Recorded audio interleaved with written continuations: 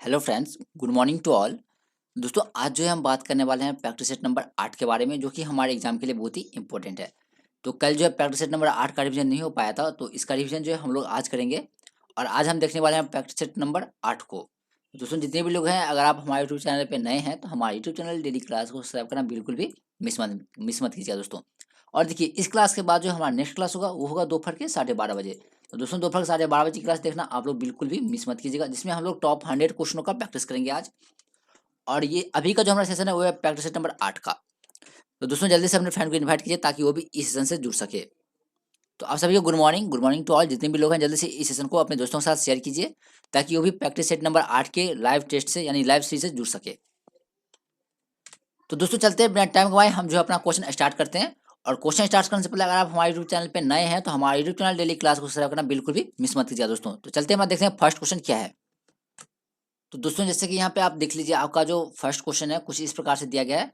आपको डिस्प्ले पे शो हो रहा होगा कि पीतल के बर्तनों को कलई करते समय गर्म बर्तनों के सफाई के लिए प्रयोग किए जाने वाले अमोनियम क्लोराइड चूर्ण से निकालने वाला धुआं कौन सा है। तो अब आपको बताना है कि पीतल के बर्तनों को कलई करते समय जो है गर्म बर्तन के सफाई के लिए प्रयोग किए जाने वाले अमोनियम क्लोराइड चूर्ण से निकलने वाला धुआं जो है वो निम्नलिखित में से कौन सा है। दोस्तों, वो धुआं है अमोनिया और हाइड्रोक्लोरिक एसिड का। कौन सा धुआं रहता है? अमोनिया और हाइड्रोक्लोरिक एसिड का वो धुआं रहता है। तो इसका सही ऑप्शन क्या होगा? डी। और दोस्तों, अगर आपने अभी तक इस सेशन को लाइक नहीं किया तो प्लीज इस सेशन को लाइक करके हमारे यूट्यूब चैनल डेली क्लास को सब्सक्राइब करना बिल्कुल भी मत भूलिएगा। अब देखिए, 2 नंबर क्वेश्चन क्या है। जस्ता का एक आयतन भाग जिसका घनत्व है 7100 केजी मीटर क्यूब कि दो आयतन भाग तांबा जिसका घनत्व कितना है 8900 किलोग्राम मीटर क्यूब से मिलाने पर पीतल बनता है, तो पीतल का घनत्व कितना होगा। देखिए, क्वेश्चन की जस्ता का एक आयतन भाग जिसका जो है इतना वॉल्यूम है, और उसके बाद है एक भाग तांबा का, इसका वॉल्यूम इतना दिया गया है। अब दोनों को मिलाने पर जो पीतल बनेगा उस पीतल का घनत्व कितना होगा। तो दोस्तों, उस पीतल का घनत्व कितना होगा? तो 8300 किलोग्राम मीटर माइनस क्यूब होगा। क्या होगा? 8300 केजी मीटर माइनस क्यूब। इसका सही आंसर क्या होगा? बी। बी जो है इसका सही आंसर होगा दोस्तों। बी क्या होगा? इसका सही आंसर हो जाएगा। अब देखिए, यहाँ पे बात करते हैं जस्ते के आयतन का। देखिए दोस्तों, जस्ता का आयतन कितना है? 7100 किलोग्राम है। कितना है? 7100 किलोग्राम है।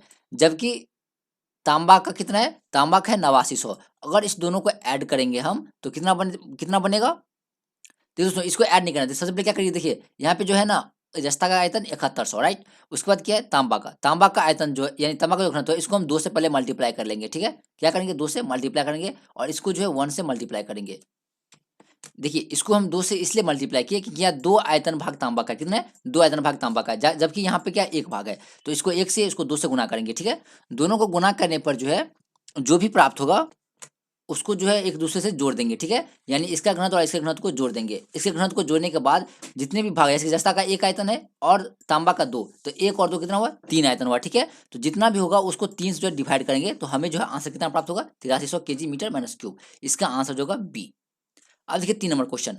निम्नलिखित में से कौन सा विटामिन की खून के जमने में आवश्यकता होती है। क्वेश्चन क्या है?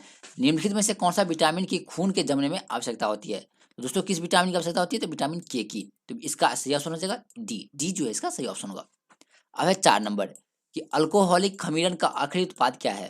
क्वेश्चन है कि अल्कोहलिक खमीरन का आखिरी उत्पाद क्या है। तो इसका जो आखिरी उत्पाद है यह है इथाइल अल्कोहल। क्या है? Ethyl alcohol. तो सी ऑप्शन जो इसका सही हो जाएगा।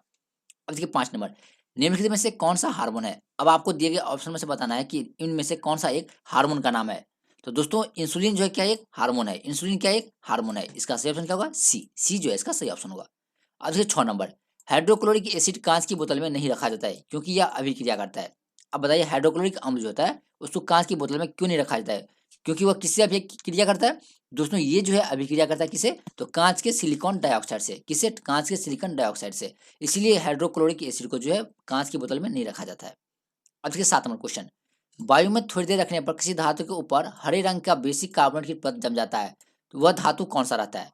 क्वेश्चन क्या है कि वायु में थोड़ी देर रखने पर किसी धातु के ऊपर हरे रंग का बेसिक कार्बोनेट की परत जम जाता है, तो वह धातु निम्नलिखित में से कौन सा होता है। तो वह धातु कौन सा होता है? जस्ता। कौन सा होता है? जस्ता। डी ऑप्शन जो इसका सही हो जाएगा। अब देखिए 8 नंबर क्वेश्चन है कि कच्चे फलों को कृत्रिम रूप से पकाने के लिए प्रयोग में लाई जाने वाली गैस कौन सा है। दोस्तों, ये बहुत ही इजी क्वेश्चन है आप लोगों के लिए, और इस क्वेश्चन का प्रैक्टिस हम लोग पहले भी कर चुके हैं कि कच्चे फलों को कृत्रिम रूप से पकाने के लिए प्रयोग में लाई जाने वाली गैस कौन सी है। दोस्तों, कौन सी गैस उपयोग में लाई जाता है फलों को पकाने के लिए? तो एसीटिलीन। किसको? एसीटिलीन को। इसका सही ऑप्शन क्या होगा? बी। बी जो है इसका सही ऑप्शन होगा। अब देखिए 9 नंबर क्वेश्चन क्या है। विस्फोटक नाइट्रोग्लिसरीन है। आपको बताना कि विस्फोटक नाइट्रोग्लिसरीन क्या है। तो दोस्तों ये जो है ये क्या है, ये है एक एस्टर है। क्या है, एस्टर है। अब देखते हैं नेक्स्ट क्वेश्चन 10 नंबर। देखिए 10 नंबर क्वेश्चन ये है कि बिहार महान धार्मिक केंद्र है। अब आपको पता है बिहार जो है वो किस महान धार्मिक का एक केंद्र है। तो ये जो है किसका एक धार्मिक केंद्र है, तो इन सभी का, किसका, सिखों के लिए भी है, जैन के लिए भी है और बौद्ध धर्मावलंबियों के लिए भी है। तो इसका ऑप्शन क्या होगा, डी। डी जो है इसका सही ऑप्शन होगा। डी क्या हो जाए इसका सही ऑप्शन होगा। तो बिहार महान धार्मिक केंद्र है किसका, तो सिख, जैन और बौद्ध धर्म का। इसका सही ऑप्शन क्या होगा, डी, यानी इनमें से सभी। अब देखिए 11 नंबर क्वेश्चन क्या है, झारखंड बिहार से कब पृथक हुआ, यानी झारखंड एक राज्य जो है वो बिहार से कब अलग हुआ था। दोस्तों ये जो बिहार से 15 नवंबर 2000 ईस्वी को अलग हुआ था। कब अलग हुआ था झारखंड बिहार से, 15 नवंबर 2000 ईस्वी को। तो इसका सही आंसर क्या होगा, ए जो है इसका सही आंसर होगा। अब देखिए नेक्स्ट क्वेश्चन क्या, 12 नंबर। बिहार में कितने विश्वविद्यालय हैं। क्वेश्चन क्या है, बिहार में जो है वर्तमान में कुल कितने विश्वविद्यालय हैं। तो अभी जो वर्तमान में बिहार में कुल 20 विश्वविद्यालय हैं। कितने, 20। इसका सही ऑप्शन क्या होगा, सी। सी जो है इसका सही आंसर होगा। बिहार में कुल कितने विश्वविद्यालय हैं, तो 20 विश्वविद्यालय हैं। इसका सही ऑप्शन होगा सी। अब देखिए 13 नंबर, लोकनायक के नाम से किसे जाना जाता है। क्वेश्चन क्या है, लोकनायक। लोकनायक क्या है, एक उपनाम है। तो आपको बताना है कि लोकनायक किसका एक उपनाम है। तो दोस्तों लोकनायक जो है वो जयप्रकाश नारायण को कहा जाता है। किनको, जयप्रकाश नारायण को। इसका ऑप्शन होगा सी। अब देखिए 14 नंबर, ईसा पूर्व 6ठी सदी में विश्व की प्रथम गणतंत्रात्मक व्यवस्था कहाँ थी। क्वेश्चन क्या है, ईसा पूर्व छठ यानी 6ठी सदी में जो है विश्व की प्रथम गणतंत्रात्मक व्यवस्था कहाँ पर थी। तो दोस्तों कहाँ पर थी इसकी व्यवस्था, तो इसकी व्यवस्था थी वैशाली में। कहाँ पर, वैशाली में। इसका ऑप्शन होगा ए जो है इसका सही ऑप्शन हो जाएगा। अब बात करते हैं 15 नंबर क्वेश्चन की। चीनी यात्री ह्वेनसांग ने किस विश्वविद्यालय में अध्ययन किया था। अब आपको बताना है कि चीनी यात्री ह्वेनसांग जो थे वो निम्नलिखित में से किस विद्यालय में अध्ययन किए थे, यानी शिक्षा ग्रहण किए थे। तो इसका आंसर क्या हो जाएगा, इसका आंसर होगा नालंदा विश्वविद्यालय में। किसमें, नालंदा विश्वविद्यालय में। तो इसका सही आंसर क्या होगा, डी। डी जो है दोस्तों इसका सही आंसर होगा। अब देखिए अब बात करते हैं 16 नंबर की। क्वेश्चन क्या है कि बिहार की पेंटिंग विधा कौन सी है। क्वेश्चन क्या है, बिहार की पेंटिंग विधा। तो बिहार की जो पेंटिंग विधा है वो निम्नलिखित में से कौन सी है, तो मधुबनी। कौन सी है, मधुबनी। तो बिहार की पेंटिंग विधा कौन सी है, मधुबनी पेंटिंग। इसका सही ऑप्शन होगा ए जो है इसका करेक्ट ऑप्शन हो जाएगा। अब देखिए 17 नंबर क्वेश्चन क्या है कि भारत अवस्थित है। अब बताइए भारत जो है अवस्थित है, इसका सही ऑप्शन क्या हो जाएगा। भारत जो है कहाँ अवस्थित है, तो भारत जो है वो 8 डिग्री 4 मिनट उत्तरी अक्षांश से, देखिए यहाँ पे क्वेश्चन क्या है कि भारत अवस्थित है। तो इसका ऑप्शन क्या होगा, सी। देखिए अक्षांश 8 डिग्री 4 मिनट उत्तर से 37 डिग्री 6 मिनट उत्तर तथा देशांतर 68 डिग्री 60 मिनट यहाँ हो जाएगा 68 डिग्री 7 मिनट। ठीक है, पूरब से 97 डिग्री 25 मिनट पूरब के मध्य स्थित है। कहाँ स्थित है भारत, तो अक्षांश 8 डिग्री 4 मिनट उत्तर से 37 डिग्री 6 मिनट उत्तर तथा देशांतर कितना है, तो 68 डिग्री 7 मिनट पूरब से 97 डिग्री 25 मिनट पूरब के मध्य। तो इसका सही ऑप्शन क्या होगा, सी। सी जो है इसका सही ऑप्शन होगा। अब देखिए 18 नंबर क्वेश्चन क्या है, हिमालय काटकर एवं बहकर आने वाली नदियां कौन सी है। क्वेश्चन क्या है, हिमालय काटकर एवं बहकर आने वाली नदियां कौन सी है। तो इनमें से कौन सी नदी है, तो ये है ब्रह्मपुत्र, सिंधु और गंगा। ब्रह्मपुत्र, सिंधु और गंगा जो है वो हिमालय काटकर बहने वाली नदी है। इसका ऑप्शन क्या होगा, सी। चलिए बात करते हैं 19 नंबर क्वेश्चन का। अगर आपने अभी तक इस सेशन को लाइक नहीं किया तो प्लीज इस सेशन को लाइक करके अपने दोस्तों के साथ जरूर शेयर कीजिएगा। चलिए इसे थोड़ा मिनिमाइज कर लेते हैं। क्वेश्चन क्या देखिए, क्वेश्चन कि भारत में सूची 1, पहले से जूम कर लेते हैं, थोड़ा देख लेते हैं इंट्रोडक्शन क्या दिया गया। देखिए इंट्रोडक्शन में ये है कि भारत में सूची 1 यानी वन प्रकार और सूची 2 में प्रदेशों से संबंधित कीजिए। देखिए सूची 1 में जो है वन के प्रकार है और सूची 2 में प्रदेश है। आपको बताना है कि कौन सा वन जो है किस प्रदेश से संबंधित है। चलिए बात कर लेते हैं यहाँ पे सूची 1 और सूची 2 के बारे में। देखिए क्वेश्चन क्या है, देखिए क्वेश्चन कुछ इस प्रकार से, थोड़ा इसे और मैक्सिमाइज करके थोड़ा इसे अप कर लेते हैं। देखिए सबसे पहले बात करते हैं हम वन के बारे में। देखिए उष्णकटिबंधीय सदाबहार वन। दोस्तों उष्णकटिबंधीय सदाबहार वन जो है वो कहाँ पाया जाता है, तो ये कहाँ पाया जाता है, ये पाया जाता है कहाँ पर, जल्दी से कमेंट कीजिए। ये पाया जाता है शिलांग में। कहाँ पर, शिलांग में। यानी फर्स्ट का क्या होगा, टू। क्या होगा, फर्स्ट का टू होगा। उसके बाद देखिए क्या है, मानसून। तो मानसून जो है वो कहाँ पे होता है दोस्तों, मानसून जो है किस क्षेत्र में होता है, तो मानसून जो है ये होता है छोटा नागपुर पठार में। कहाँ पर, शिवालिक में। कहाँ पर होता है, शिवालिक में। इसका ऑप्शन होगा ए। क्या होगा, ए। अब है शीतोष्ण। शीतोष्ण कहाँ पर होता है, शीतोष्ण होता है पूर्वी एवं पश्चिमी हिमालय यानी नीलगिरी पे। उसके बाद कच्छ। कच्छ कहाँ पर होता है, पश्चिम बंगाल तराई क्षेत्र में। तो इसका ऑप्शन क्या होगा, सी। सी जो है इसका सही ऑप्शन होगा। सी क्या होगा, इसका सही ऑप्शन होगा। अब देखिए 20 नंबर, फिर वही कूट का प्रयोग करना है इसमें। क्वेश्चन है कि भारत के मत्स्य संसाधनों के संबंध में निम्नलिखित में से कौन कथनों पर मनन कीजिए। क्वेश्चन है कि भारत के मत्स्य संसाधनों के संबंध में निम्नलिखित कथनों पर मनन कीजिए। अब देखिए इस पे जो है विचार करना है, दिए गए कथनों पर आपको विचार करना है आपको बताना है कि इनमें से कौन सा कथन सही है। तो अच्छे से पढ़ लीजिए, बताइए कि इनका कौन सा कथन जो है सही है। ऑप्शन यहाँ पर देखिए दिया गया है 1 और 2, 2 और 4, 3 एंड 4 और 1, 2 एंड 3। तो बताइए इसका कौन सा ऑप्शन जो है सही होगा। दोस्तों इसका जो होगा वो ऑप्शन होगा 1, 2 और 3 ऑप्शन जो बिल्कुल सही हो जाएगा। 1, 2 और 3 ऑप्शन जो इसका सही हो जाएगा। तो हमारा ऑप्शन क्या हो जाएगा, डी। डी जो है हमारा सही ऑप्शन होगा। वैसे ये आपके लिए आपके एग्जाम में क्वेश्चन नहीं आने वाला, क्योंकि क्वेश्चन बहुत ही बड़ा है, तो ये आपके एग्जाम में नहीं आ सकता है। फिर भी प्रैक्टिस करते रहिए। देखिए नेक्स्ट क्वेश्चन क्या है 21 नंबर, कि भारत में ताम्र, स्वर्ण, लौह, कोयला निम्नलिखित में से किस वर्ग के स्थानों में क्रमबद्ध है। क्वेश्चन है कि भारत में ताम्र, स्वर्ण क्या है, भारत में ताम्र, स्वर्ण, लौह, कोयला निम्नलिखित में से किस वर्ग के स्थानों से क्रमबद्ध है। तो आपको क्रमबद्ध तरीके से बताना है कि इसका सही आंसर क्या होगा। तो इसका जो सही आंसर होगा वो होगा ए। ए जो है इसका सही आंसर होगा। कौन सा, क्षेत्रीय, कोलार, कुद्रेमुख और झरिया, ये जो है ताम्र, स्वर्ण और लौह, कोयला के क्रमबद्ध स्थान है। तो इसका सही ऑप्शन क्या होगा, ए। ए जो है इसका सही ऑप्शन हो जाएगा। अब देखिए 22 नंबर क्या है, मिलेनियम विकास लक्ष्य में किसे शामिल नहीं किया गया है। तो मिलेनियम विकास लक्ष्य में निम्नलिखित में से किसे शामिल नहीं किया गया है। तो इसमें जो है 2 अंकों वाले आर्थिक वृद्धि दर की प्राप्ति को शामिल नहीं किया गया है। इसका ऑप्शन होगा डी। डी जो है इसका करेक्ट ऑप्शन हो जाएगा। मिलेनियम में किसे शामिल नहीं किया है, तो 2 अंकों वाली आर्थिक वृद्धि दर की प्राप्ति को। इसका ऑप्शन होगा डी। डी जो है इसका सही ऑप्शन होगा। चलिए देखते हैं 23 नंबर क्वेश्चन क्या है। क्वेश्चन है 23 नंबर, तो ऐसे मैक्सिमाइज कर लेते हैं। क्वेश्चन है कि स्वतंत्रता पूर्व बिहार में निम्नलिखित में से एक वर्चस्वशाली जाति नहीं थी। क्वेश्चन है स्वतंत्रता पूर्व बिहार में निम्नलिखित में से एक वर्चस्व जाति नहीं थी। तो वह जाति कौन सी थी जो प्रसिद्ध नहीं थी। तो इसका सही आंसर क्या होगा, इसका आंसर होगा डी, कुर्मी। कुर्मी जनजाति जो है वो प्रसिद्ध नहीं थी। इसका ऑप्शन क्या होगा, डी। डी जो है इसका सही ऑप्शन होगा। अब देखिए 24 नंबर, बिहार में महात्मा गांधी के पूर्व सापेक्ष राष्ट्रीय सक्रियता की अनुपस्थिति इसके अभाव में देखी जा सकती है। दोस्तों किसके अभाव में देखी जा सकती है, तो इसका आंसर क्या होगा, रचनात्मक क्षेत्रीय अभियान के। क्या होगा, रचनात्मक क्षेत्रीय अभियान। इसका ऑप्शन होगा सी। सी जो है इसका करेक्ट आंसर होगा। अब देखिए 25 नंबर, सन 1930 में कांग्रेस का सविनय अवज्ञा आंदोलन इतना सफल हुआ कि निम्नलिखित शहरों में से एक में अंग्रेजी राज के चिन्ह कई महीने तक गायब हो गए थे। अब बताइए कहाँ से गायब हो गया था। तो ये जो गायब हुआ था ये हुआ था बढ़ी से। कहाँ से, बढ़ी से। इसका ऑप्शन क्या होगा, सी। सी जो है इसका करेक्ट ऑप्शन होगा। अब क्वेश्चन है बिहार प्रांतीय किसान सभा का गठन किस ईस्वी में हुआ था। क्वेश्चन क्या है कि बिहार प्रांतीय किसान सभा का गठन जो है निम्नलिखित में से किस ईस्वी में हुआ था। तो इसका गठन हुआ था कब, मार्च 1929 में। तो मार्च 1929 में बिहार प्रांतीय किसान सभा का गठन हुआ था। इसका ऑप्शन क्या होगा, सी। सी जो है इसका करेक्ट ऑप्शन होगा। अब देखिए 27 नंबर नेक्स्ट क्वेश्चन, स्वतंत्रता पूर्व बिहार में समाजवादी विचारधारा के प्रसार का श्रेय किसे दिया जाता है। तो जल्दी से कमेंट कीजिए, इसका श्रेय जो है किसे दिया जाता है। तो इसका श्रेय दिया जाता है कांग्रेस कार्यकर्ताओं की क्रांतिकारिता को। किसे दिया जाता है, कांग्रेसी कार्यकर्ताओं के क्रांतिकारिता को। इसका सही ऑप्शन क्या होगा, सी। सी जो है इसका करेक्ट आंसर होगा।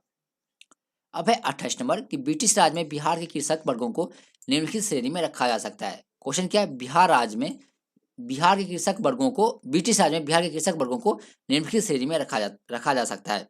तो किस श्रेणी में रखा जा सकता है, तो दोस्तों इसे जो है त्रिमुखी वर्गीकरण, किसमें, त्रिमुखी वर्गीकरण के अंतर्गत रखा जा सकता है। इसका आंसर क्या होगा, सी।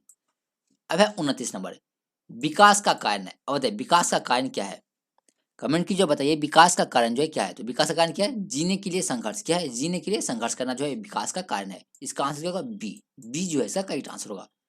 अब देखिए 30 नंबर, जस्ता से एक बर्तन पर विद्युत लेपन की विधि में क्या होता है। तो अब आपको बताना है कि जस्ता से एक बर्तन पर विद्युत लेपन की विधि में क्या होता है दोस्तों, क्या बनाया जाता है उससे। तो उससे जो है क्या बनाया जाता है, तो इससे बनाया जाता है बर्तन को धन ध्रुव और जस्ता के ऋण ध्रुव बनाया जाता है। किसे बनाया जाता है, तो जस्ता से एक बर्तन पर विद्युत लेपन की विधि से बर्तन को धन ध्रुव और जस्ता को ऋण ध्रुव बनाया जाता है। इसका ऑप्शन क्या होगा, डी। डी जो है इसका सही ऑप्शन होगा। अब देखिए 31 नंबर, वायु में कौन सी नोबेल गैस नहीं होती है। क्वेश्चन क्या है, वायु में कौन सी नोबेल गैस नहीं होती है। तो वायु में कौन सी नोबेल गैस नहीं होती है, तो रेडॉन।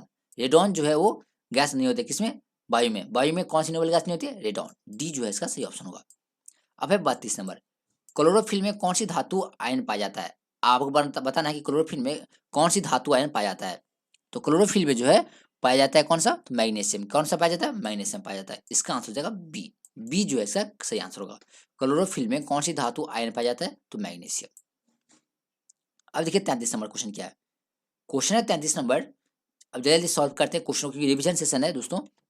देखिए क्वेश्चन क्या है, निम्नलिखित में से कौन सा मनुष्य में अवशेषी अंग नहीं है। कौन, क्वेश्चन क्या है, निम्नलिखित में से कौन सा मनुष्य में अवशोषी अंग जो है नहीं है।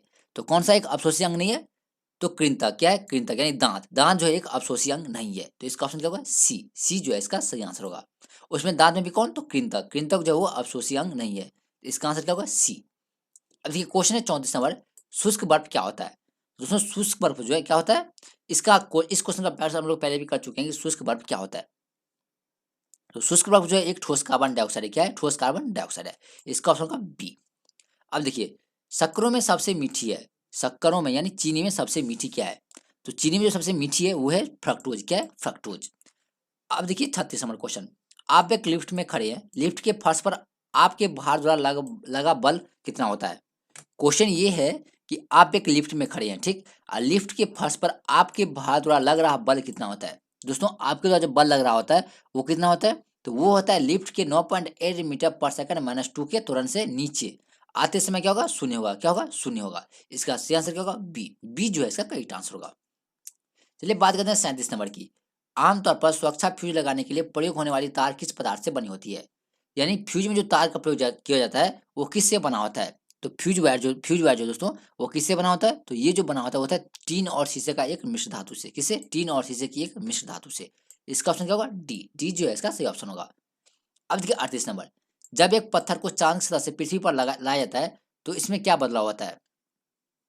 क्वेश्चन क्या है, जब एक पत्थर को चांद की सतह से पृथ्वी पर लाया जाता है तो उसमें क्या बदलाव होता है, तो दोस्तों उसमें जो है इसका भार बदल जाएगा परंतु द्रव्यमान जो है नहीं बदलता है। यानी एक पत्थर को चांद की सतह से पृथ्वी पर लाया जाता है तो इसका भार बदल जाता है लेकिन द्रव्यमान जो है सेम रहता है, तो इसका सही आंसर क्या होगा, बी, बी जो है इसका सही आंसर होगा। अब देखिए 39 नंबर, झंडा गीत किसने लिखा है। क्वेश्चन क्या है, झंडा गीत, तो झंडा गीत जो किसने लिखा था, तो श्यामलाल गुप्ता ने, किसने, श्यामलाल गुप्ता ने। इसका आंसर क्या होगा, डी, डी जो है दोस्तों इसका सही ऑप्शन होगा। अब देखिए 40 नंबर, किसने कहा था स्वराज मेरा जन्मसिद्ध अधिकार है और मैं इसे लेकर रहूंगा। क्वेश्चन क्या है, किसने कहा था स्वराज मेरा जन्मसिद्ध अधिकार है और मैं इसे लेकर रहूंगा। तो यह कहा था किसने, बाल गंगाधर तिलक ने, बाल गंगाधर तिलक ने कहा था कि स्वराज मेरा जन्मसिद्ध अधिकार है और मैं इसे लेकर रहूंगा। अब देखिए 41 नंबर, किस घटना के कारण गांधी जी ने असहयोग आंदोलन वापस लिया था। अब आपको बताना है किस घटना के कारण गांधी जी ने असहयोग आंदोलन जो है वापस लिया था। तो ये हुआ था चौराचौरी कांड के बाद, किसके बाद, चौराचौरी कांड के बाद। इसका ऑप्शन क्या होगा, बी, बी जो है दोस्तों इसका सही ऑप्शन होगा। अगर आपने अभी तक हमारे यूट्यूब चैनल डेली क्लास को सब्सक्राइब नहीं किया तो प्लीज सब्सक्राइब कर मेरे दोस्तों के साथ जरूर शेयर कीजिएगा। अब देखिए 42 नंबर क्वेश्चन क्या है, क्वेश्चन क्या है 42 नंबर, कि विश्व में शांति और आपसी सहयोग स्थापित करने के लिए नेहरू जी ने कौन सा सिद्धांत प्रस्तुत किया। क्वेश्चन क्या है, विश्व में शांति और आपसी सहयोग स्थापित करने के लिए नेहरू जी ने कौन सा सिद्धांत जो है प्रस्तुत किया था। तो इसका सही आंसर क्या होगा, गुट गुट निरपेक्षता, क्या होगा, गुट निरपेक्षता। इसका सही ऑप्शन क्या होगा, ए, इसका आंसर हो जाएगा ए। अब देखिए नेक्स्ट क्वेश्चन क्या है, भारतीय संसद पर आतंकी हमला कब हुआ था। क्वेश्चन क्या है, भारतीय संसद पर आतंकी हमला जो है किस वर्ष हुआ था। तो इसका आंसर क्या हो जाएगा, किस वर्ष हुआ था, तो आतंकी हमला हुआ था 13 दिसंबर 2001 में। कब हुआ था, 13 दिसंबर 2001 में। तो भारतीय संसद पर आतंकी हमला जो है वो हुआ था 2001 में दोस्तों। अब देखिए क्वेश्चन है, सर्वोदय शब्द का प्रयोग सर्वप्रथम किसने किया था। तो इस शब्द का प्रयोग जो है सर्वप्रथम किसने किया था, तो महात्मा गांधी ने, किसने, महात्मा गांधी ने। अब देखिए पूना समझौते का उद्देश्य क्या था। तो पूना समझौता का उद्देश्य जो क्या था, दलित वर्गों को प्रतिनिधित्व देना, क्या था, दलित वर्ग को प्रतिनिधित्व देना। पूना समझौते का मुख्य उद्देश्य क्या था, दलित वर्ग को प्रतिनिधित्व देना। इसका ऑप्शन क्या जाएगा, बी। अब है 40 नंबर, 1927 की बटलर कमेटी का उद्देश्य क्या था। तो 1927 की बटलर कमेटी का उद्देश्य जो है निम्नलिखित में से क्या था। तो इसका जो मुख्य उद्देश्य था क्या था, भारत सरकार तथा देशी राज्यों के मध्य संबंधों को सुधारना, क्या था, भारत सरकार तथा देशी राज्यों के मध्य संबंधों को सुधारना। ये किसका उद्देश्य था, तो 1927 की बटलर कमेटी का। अब देखिए 47 नंबर क्वेश्चन क्या है, 18वीं सदी में बंगाल में वस्त्र उद्योग के पतन के लिए उत्तरदायित्व कारण क्या था। तो दोस्तों वस्त्र उद्योग के पतन के लिए उत्तरदायित्व कारण क्या था, जल्दी से कमेंट कीजिए और बताइए इसका सही आंसर क्या होगा। इसका आंसर क्या होगा, कच्चे माल की अनुपलब्धता, यानी अनुपलब्धता, कच्चे माल की अनुपलब्धता जो है इसका कारण था। किसका कारण था, तो 18वीं सदी में बंगाल में वस्त्र उद्योग के पतन के लिए उत्तरदायित्व कारण क्या था, कच्चे माल की अनुपलब्धता। अब क्या 48 नंबर क्या है, अंग्रेजों द्वारा भारतीयों को 1947 में सत्ता हस्तांतरित किए जाने के समय कांग्रेस अध्यक्ष कौन थे। क्वेश्चन क्या है, अंग्रेजों द्वारा भारतीयों को 1947 में सत्ता हस्तांतरित किए जाने के समय कांग्रेस के अध्यक्ष कौन थे। तो दोस्तों उस समय कांग्रेस के अध्यक्ष कौन थे, तो जेबी कृपलानी। कौन थे, जेबी कृपलानी। इसका आंसर होगा डी, डी जो है इसका सही आंसर होगा। अब है 49 नंबर, जिसके ग्रंथ में चंद्रगुप्त मौर्य का विशिष्ट रूप से वर्णन हुआ है वह ग्रंथ कौन सा है। तो वह ग्रंथ कौन सा है, विशाख दत्त। कौन सा है, विशाख दत्त। इसमें चंद्रगुप्त मौर्य का विशिष्ट रूप से वर्णन किया गया है। इसका ऑप्शन क्या होगा, सी। अब क्वेश्चन है 50 नंबर, वह स्रोत जिसमें पाटलिपुत्र के प्रशासन का वर्णन उपलब्ध है वह कौन सा है? तो वह कौन सा है? अर्थशास्त्र। कौन सा है? अर्थशास्त्र। इसका आंसर क्या होगा? बी। बी जो है इसका सही आंसर होगा। अब 51 नंबर है कि तृतीय बौद्ध संगति कहाँ आयोजित हुई? क्वेश्चन क्या है? तृतीय बौद्ध संगति। तो तृतीय बौद्ध संगति जो है ये कहाँ पे आयोजित हुआ था? तो ये जो आयोजित हुआ था वो हुआ था पाटलिपुत्रा में। कहाँ पे? पाटलिपुत्रा में। अब देखिए 52 नंबर क्वेश्चन क्या है? क्वेश्चन है कि किस शासक द्वारा सर्वप्रथम पाटलिपुत्र का राजधानी के रूप में चयन किया गया? अब आपको बताना है किस शासक द्वारा सर्वप्रथम पाटलिपुत्र को जो है राजधानी के रूप में चुना गया था। तो किसके द्वारा चुना गया था? तो ये चुना गया था उदयन द्वारा। किसके द्वारा? उदयन द्वारा। और ये पाटलिपुत्र के संस्थापक भी थे। तो पाटलिपुत्र का जो चयन हुआ किसके द्वारा? उदयन द्वारा। अब क्वेश्चन है 53 नंबर कि अशोक के शिलालेख में प्रयुक्त भाषा कौन सी है? तो अशोक के शिलालेख में जो है प्रयुक्त भाषा निम्नलिखित में से कौन सी है? तो वो कौन सी है? पाली। पाली भाषा जो है अशोक के शिलालेखों में प्रयुक्त है। अब है 54 नंबर कि निम्नलिखित में से किस मौर्य राजा ने दक्कन की विजय प्राप्त की थी? क्वेश्चन क्या है? निम्नलिखित में से किस मौर्य राजा ने दक्कन की विजय प्राप्त की थी? तो किसने विजय प्राप्त की थी? तो वो थे चंद्रगुप्त। कौन थे? चंद्रगुप्त। इसका ऑप्शन क्या होगा? बी। बी जो है इसका सही ऑप्शन हो जाएगा। अब देखिए 55 नंबर, वित्त बिल के लिए किसकी पूर्व स्वीकृति आवश्यक है? क्वेश्चन क्या है? वित्त बिल के लिए किसकी पूर्व स्वीकृति आवश्यक है? दोस्तों वित्त बिल के लिए किसकी स्वीकृति आवश्यक है? तो इसमें जो है इसका सही आंसर हो जाएगा भारत के राष्ट्रपति का। किसका? भारत के राष्ट्रपति का। सी ऑप्शन जो इसका बिल्कुल सही हो जाएगा। अब है 56 नंबर, वह कौन सी सभा है जिसका अध्यक्ष उस सदन का सदस्य नहीं होता? देखिए दोस्तों इस क्वेश्चन का प्रैक्टिस हम लोग पहले भी कर चुके हैं कि इसका आंसर क्या होगा। जल्दी से कमेंट कीजिए। इसका आंसर हो जाएगा राज्यसभा। क्या होगा इसका आंसर? राज्यसभा। तो राज्यसभा का जो अध्यक्ष होता है वो उस सदन का सदस्य नहीं होता है। और राज्यसभा का अध्यक्ष कौन होता है? तो भारत के उपराष्ट्रपति। भारत के उपराष्ट्रपति जो वो राज्यसभा के अध्यक्ष होते हैं। अब है 57 नंबर, संविधान के 73वें संशोधन का संबंध किससे है? क्वेश्चन क्या है? संविधान के 73वां संशोधन का संबंध जो है निम्नलिखित में से किससे है? तो इसका संबंध किससे है? पंचायती राज अधिनियम से। इसका ऑप्शन होगा सी। 73वां संविधान संशोधन का संबंध जो है वो है पंचायती राज अधिनियम से। अब है 58 नंबर, लोकसभा की कार्यवाही में भाग लेने का अधिकारी कौन होता है? क्वेश्चन क्या है? लोकसभा की कार्यवाही में भाग लेने को अधिकारी कौन होता है? तो कौन होता है दोस्तों? इसका आंसर क्या हो जाएगा? तो इसका आंसर हो जाएगा भारत का अटॉर्नी जनरल। कौन? भारत का अटॉर्नी जनरल, जिसे हम क्या कहते हैं? महान्यायवादी कहते हैं। क्या कहते हैं? महान्यायवादी। अब है 59 नंबर, किस संशोधन से समाजवादी पंथ निरपेक्ष और राष्ट्रीय एकता की अखंडता शब्द भारतीय संविधान में जोड़े गए थे? क्वेश्चन क्या है? किस संशोधन से समाजवादी पंथ निरपेक्ष और राष्ट्रीय एकता एवं अखंडता शब्द भारतीय संविधान में जोड़े गए थे? तो उसमें किस संविधान संशोधन से? तो ये जोड़ा गया था 42वां संशोधन से। किसे? 42वां संशोधन से। इसका ऑप्शन क्या होगा? ए जो है इसका सही ऑप्शन होगा। अब क्वेश्चन है भारतीय संविधान में अनुच्छेद 370 का संबंध किससे था? क्वेश्चन क्या है? भारतीय संविधान में अनुच्छेद 370 का संबंध जो है निम्नलिखित में से किससे था? तो इसका संबंध जो वो था जम्मू एवं कश्मीर राज्य से। किससे? जम्मू एवं कश्मीर राज्य से। इसका ऑप्शन क्या होगा?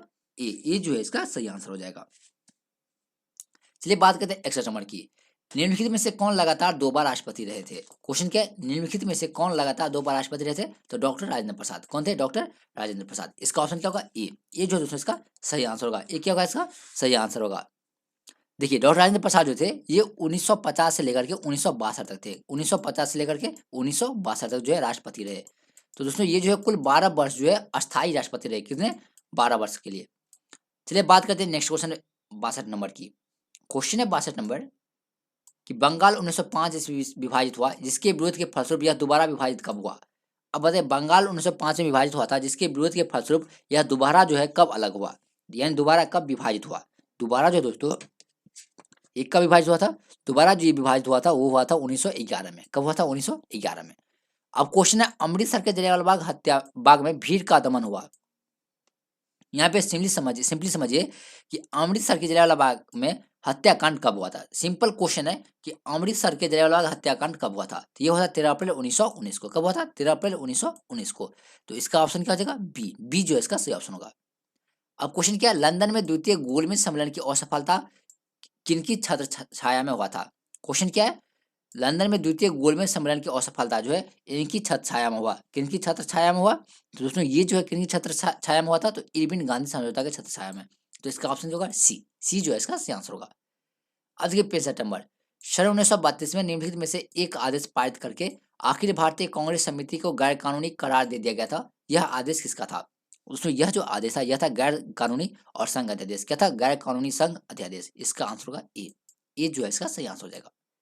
अब है 66 नंबर कि स्वाधीनता आंदोलन के दौरान महात्मा गांधी के करीबी अंग्रेज मित्र कौन थे। क्वेश्चन है कि स्वाधीनता आंदोलन के दौरान महात्मा गांधी के करीबी अंग्रेज मित्र कौन थे। तो इसका आंसर क्या हो जाएगा, कौन सबसे करीबी मित्र थे महात्मा गांधी के। तो रेवरंड कौन थे, रेवरंड चार्ली एंड्रूज। कौन थे, रेवरंड चार्ली एंड्रूज जो थे वो महात्मा गांधी के करीबी अंग्रेज मित्र थे। इसका ऑप्शन होगा सी। अब है 67 नंबर, प्रथम भारतीय जिन्होंने स्वाधीन भारत में गवर्नर जनरल का पदभार ग्रहण किया था वह कौन थे। क्वेश्चन क्या है, प्रथम भारतीय जिन्होंने स्वाधीन भारत में गवर्नर जनरल का पदभार ग्रहण किया था वो निम्नलिखित में से कौन थे। तो वो निम्नलिखित में से कौन थे, इसका नाम, इसका आंसर हो जाएगा सी राजगोपालचारी। सी राजगोपालचारी जो थे वो प्रथम भारतीय थे जिन्होंने भारत में गवर्नर जनरल का पदभार ग्रहण किया था। नेक्स्ट है 68 नंबर, कि इलाहाबाद में संपन्न कांग्रेस कार्यकारिणी समिति की बैठक जो कब हुई थी, अप्रैल और मई 1947 में, निम्नलिखित सदस्यों में से एक सदस्य भारत के नाजीवाद, फांसीवाद और साम्राज्यवाद विरोधी निश्चित रुख के कारण जापान के विरुद्ध गुरिल्ला युद्ध को अपनी योजना के पक्ष में बहुमत जुटाने में समक्ष हुए थे, वे कौन थे। दोस्तों बहुत ही बड़ा क्वेश्चन है, लेकिन इसका आंसर जो बस दो शब्द का है, इसका आंसर क्या हो जाएगा। तो इसका आंसर क्या हो जाएगा, इसका आंसर हो जाएगा जवाहरलाल नेहरू। क्या होगा, जवाहरलाल नेहरू। अब क्वेश्चन है 69 नंबर, कि महात्मा गांधी का मानना था कि द्वितीय विश्व युद्ध में भागीदारी के मतलब से निम्नलिखित सिद्धांत का उल्लंघन होगा। अब बताइए महात्मा गांधी का मानना क्या था कि द्वितीय विश्व युद्ध में भागीदारी के मतलब से निम्नलिखित सिद्धांत का उल्लंघन होगा। तो किसका उल्लंघन होगा, तो इसमें अहिंसा का। किसका, अहिंसा का। इसका ऑप्शन होगा डी। डी जो है इसका सही ऑप्शन हो जाएगा। नेक्स्ट है 70 नंबर, सन 1935 के विधेयक के तहत गठित संयुक्त संसदीय समिति के अध्यक्ष थे जिसके परिणाम स्वरूप भारतीय सरकार कानून 1935 निर्मित हुआ था। क्वेश्चन क्या है, सन 1935 के विधेयक के तहत गठित संयुक्त संसदीय समिति के अध्यक्ष थे जिसके परिणाम स्वरूप भारत सरकार कानून 1935 निर्मित हुआ था। तो ये कानून जो किसके द्वारा निर्मित हुआ था, तो ये जो है निर्मित हुआ था लॉर्ड लिन लिथगो के द्वारा। किसके द्वारा, लॉर्ड लिन लिथगो के द्वारा। अब है नेक्स्ट क्वेश्चन हिंदी का, इसे मैक्सिमाइज करते हैं। क्वेश्चन क्या है कि दिए गए वाक्य का वह भाग याद करें जिसमें कोई त्रुटि है। आपको ये बताना है कि दिए गए वाक्य में कौन सा भाग जो त्रुटि है। क्वेश्चन है कि कविता सुनने पर श्रोताओं को तालियां द्वारा कवि का अभिनंदन करने का मौका मिल जाता है। क्वेश्चन क्या है, कविता सुनने पर श्रोताओं को तालियों द्वारा कवि का अभिनंदन करने का मौका मिल जाती है। क्या है, मिल जाती है। तो इसमें से कौन सा भाग त्रुटि है, तो इसका त्रुटि वाला भाग कौन सा है, मौका मिल जाती है। इसका ऑप्शन क्या होगा, बी। बी जो है इसका सही ऑप्शन होगा। नेक्स्ट क्या है, 92 नंबर है, कि रिक्त स्थान को भरने के लिए उपयुक्त शब्द का चयन कीजिए। क्वेश्चन क्या है, देश को, यहाँ पे खाली स्थान पे कौन सा शब्द आएगा जिससे कि ये पूर्ण वाक्य बन जाएगा। जिसकी बात करते हैं फर्स्ट की, देश को अतिथियों से बचाना चाहिए, बचना चाहिए। क्या है, देश को अतिथियों से बचना चाहिए। नेक्स्ट है, देश को सज्जनों से बचना चाहिए, या देश को हरिश्चंद्रों से बचना चाहिए, या देश को जयचंद्रों से बचना चाहिए। तो देश को जो है किसको, किससे बचना चाहिए, तो जयचंद्रों से। किसे, जयचंद्रों से। इसका ऑप्शन होगा डी। डी जो है इसका सही ऑप्शन हो जाएगा। अब नेक्स्ट है 93 नंबर, कि किसी की टोपी घर में छूट गई और किसी की चश्मा गिर गई। अब आपको बताना है कि रेखांकित खंड को प्रतिस्थापित करने के लिए उपयुक्त विकल्प का चयन करना है। देखिए इस पे ना, यहाँ पे आपको सही ऑप्शन का जो चयन करना है, तो इसका सही ऑप्शन क्या हो जाएगा। देखिए, किसी की टोपी घर में छूट गई और किसी की चश्मा गिर गई। क्या है, किसी की चश्मा गिर गई। तो बताइए इसका सही आंसर क्या हो जाएगा। इसका सही आंसर क्या होगा, डी। किसी का चश्मा क्या होगा, गिर गया होगा। क्या होगा, किसी का चश्मा गिर गया। तो यहाँ पे इसका आंसर होगा चश्मा गिर गया। अब है सही वर्तनी वाले शब्द का चयन करें, यानी सही उच्चारण वाले शब्द का चयन करना है। तो दोस्तों इनमें सही उच्चारण वाले शब्द का चयन कौन सा हो जाएगा सही, तो इसमें इसका आंसर हो जाएगा कौन सा, तो प्रेमातुर। कौन सा, प्रेमातुर। प्रेमातुर जो इसका सही ऑप्शन होगा। नेक्स्ट है पर्यायवाची शब्द का चयन करना है बैर का। तो बताइए बैर का पर्यायवाची शब्द क्या होगा। तो बैर का जो पर्यायवाची शब्द का वो क्या हो जाएगा, विद्वेष। क्या होगा, विद्वेष। यानी किसका, बैर का। तो बैर का जो पर्यायवाची होगा वो हो जाएगा विद्वेष। अब 96 नंबर, कि रिक्त स्थान को भरने के लिए उपयुक्त शब्द का चयन करना है। क्वेश्चन क्या है, रिक्त स्थान को भरने के लिए उपयुक्त शब्द का जो चयन करना है। क्वेश्चन क्या है, कि हमें अपने क्या होने पर गर्व है। दोस्तों हमें अपने क्या होने पर गर्व है, भारतीय होने पर गर्व है। तो सी ऑप्शन इसका बिल्कुल सही हो जाएगा। नेक्स्ट 97, कि भारतीय सैनिकों ने युद्ध में किसका परिचय दिया। तो भारतीय सैनिकों ने युद्ध में किसका परिचय दिया, तो वीरता का परिचय दिया। किसका, वीरता का। अब फिर रेखांकित खंड को जो है सही करना है। इसमें क्वेश्चन है कि जो परिश्रम से मुंह मोड़ता है तब जीवन में पिछड़ जाता है। क्या होता है, वह क्वेश्चन में कौन सा जो भाग है वो गलत है, कि जो पोजीशन में मुंह मोड़ता है तब जीवन में पिछड़ जाता है। तो बताइए इसमें यहाँ पे सही चीज क्या हो जाएगा, सही ऑप्शन क्या होगा। तो इसका जो सही ऑप्शन होगा वो क्या होगा, वह जीवन में। क्या होगा, वह जीवन में पिछड़ जाता है। तो जो परिश्रम से मुंह मोड़ता है वह जीवन में पिछड़ जाता है। तो सी ऑप्शन इसका सही हो जाएगा। अब 99 नंबर है, कि स्वयं सेवकों का, क्वेश्चन के स्वयं सेवकों का खाली स्थान है प्रधानमंत्री से मिलने गया। आप बताइए स्वयं सेवकों का क्या प्रधानमंत्री से मिलने गया। तो स्वयं सेवकों का दल जो है वो कहाँ किससे मिलने गया, प्रधानमंत्री से मिलने गया था। इसका ऑप्शन क्या होगा, ए।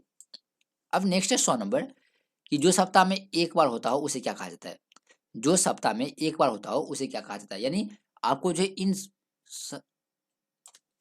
वाक्यों के लिए एक शब्द बताना है कि जो एक सप्ताह में एक बार होता है उसे क्या कहा जाता है, तो उसे क्या कहा जाता है, साप्ताहिक कहा जाता है। क्या कहा जाता है, साप्ताहिक। इसका ऑप्शन क्या होगा, बी। तो आज के लिए बस इतना ही। आज का हमारा सेशन जो इसी तरह इंड होता है। अब जो हमारा नेक्स्ट क्लास है वो कब होगा, तो दोपहर के 12:30 बजे। तो उसे अटेंड करना आप लोग बिल्कुल भी मिस मत कीजिएगा। और अगर आप हमारे यूट्यूब चैनल पर नए हैं तो हमारे यूट्यूब चैनल डेली क्लास को सब्सक्राइब करना बिल्कुल भी मिस मत कीजिएगा दोस्तों। अब मिलेंगे कब, दोपहर के 12:30 बजे। चलिए मिलते हैं दोपहर के 12:30 बजे।